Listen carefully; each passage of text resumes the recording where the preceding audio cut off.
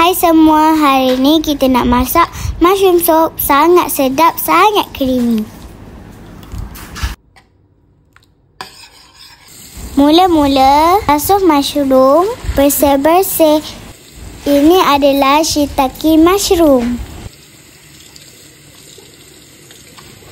Ini pula mushroom halus-halus, basuh bersih-bersih. Kemudian panaskan kuali. Fry the mushroom in the pan. Put some olive oil. Let the mushroom cook. Biarkan seketika sehingga mushroom keperangan dan masak. Buka api perlahan supaya tak hangit.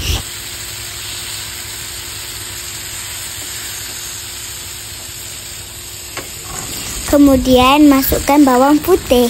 Masukkan sedikit olive oil. Biarkan seketika dan korang buka api perlahan sahaja, okey?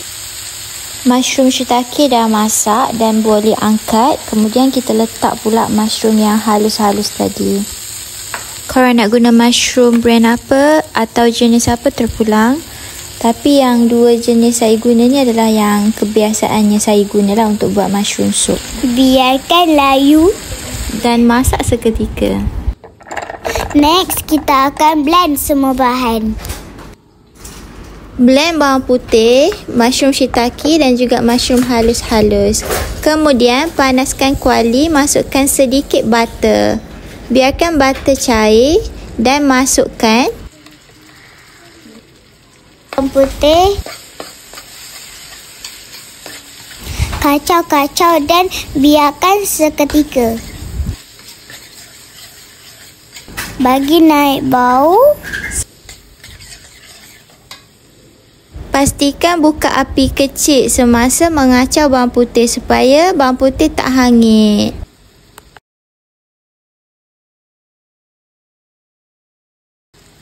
Kemudian masukkan cendawan yang di-blend. Masukkan ke semua cendawan tadi. Kacau-kacau dan biarkan seketika sehingga naik bau dan keperangan. Kemudian masukkan sedikit air di dalam blender yang kita guna tadi. Kocok-kocok dan masukkan dalam kuali.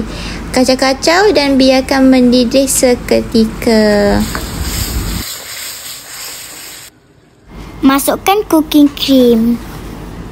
Masukkan 1 kotak cooking cream. Nak guna brand apa? Terpulang. Masukkan susu full cream supaya lagi creamy dan sedap. Kacau-kacau. Masukkan secukup rasa. Sedikit garam dan additional black pepper. Kacau-kacau sehingga sebati dan memekat. Biarkan seketika. Mushroom soup kita almost done.